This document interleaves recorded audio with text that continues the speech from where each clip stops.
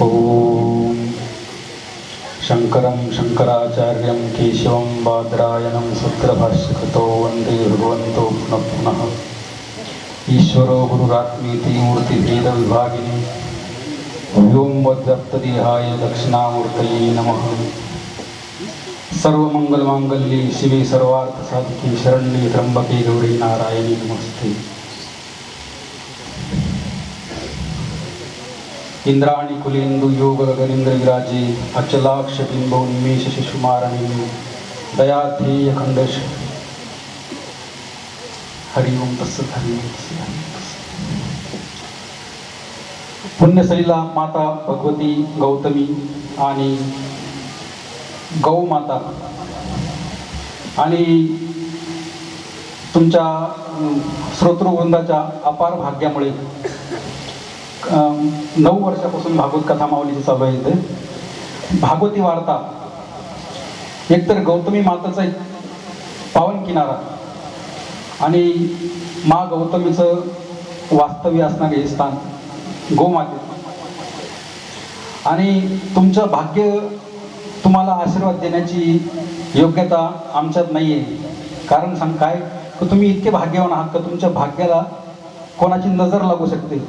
कारण की माता भगवती गौतमी गंगा आणि माता गौ माता आणि तुमच्या भाग्याला खूप सीग आली आणि साक्षात माऊली शब्दाचा अर्थ काय होतो तुम्हाला माहिती आहे का? माऊली हा शब्द स्त्रीलिंगी आहे आणि तो आईसाठी उच्चारला जातो आणि 12व्या अध्यायात माऊलींनी आपल्या गुरुसाठी उच्चारला। म्हणून ही साधका तू माऊली पिके सारस्वत तुझे पावली या कारणे मी सावली न संधी तुझी। आणि तीच माऊली तशीच माऊली तुमच्या भाग्यानं गौ माता भगवती माता आणि प्रत्यक्षात माऊलीच्या रूपानं तीच एक माता तुम्हाला उपलब्ध झाली। आणि आम्ही लहानपणापासून वारकरी संप्रदायाचे संस्कार आहेच। आई वडील आईचे वडील वडिलाचे वडील सगळे पूर्ण दोन्ही परिवार वारकरी होते, पायीवारी पंढरपूरचे वारकरी। आणि गावचा जो परमार्थ असतो लहानपणचा तो थोडासा कच्चा असतो।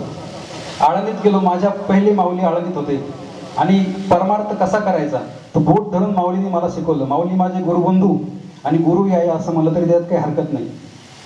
तर याच्यात अति महत्त्वाची गोष्ट म्हणजे तुम्हाला जी लाभलेली माऊली आहे त्या माऊलीकडून तुम्ही खूप आशीर्वाद मिळवा।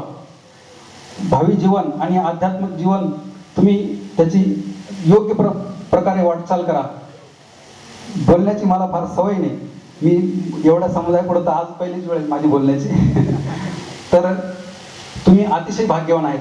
आणि आज म्हणजे जे चालते ज्ञानाचे बिंब जयाचे अवयव सुखाचे कोंब जाण माणूस पण भांब लौकिक भाग असे असणारे निर्विवाद आपल्या वारकरी संप्रदायाचे आचार्य गुरुदेव मारुती बाबा कुरेकर ते तुमच्या गावात उपस्थित झाले।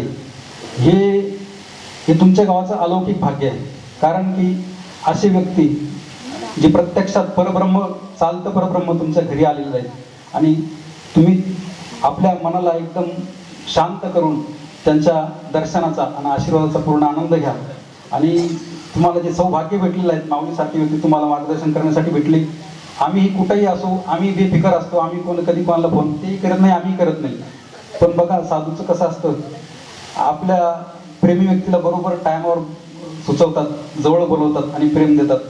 हे मी माझं भाग्य समजतो आणि तुमच्या भाग्याला तर काही जोडच नाही। तर तुम्ही आपल्या जीवनाची वाटचाल चालत असताना त्यांचं मार्गदर्शन घ्या आणि आपले आध्यात्मिक जीवन सफल करा। भौतिक जीवन तर तुमचं सफलच आहे, मग याच्या किनाऱ्यावर तुम्ही आहे। ओम नमो भगवते वासुदेवाय।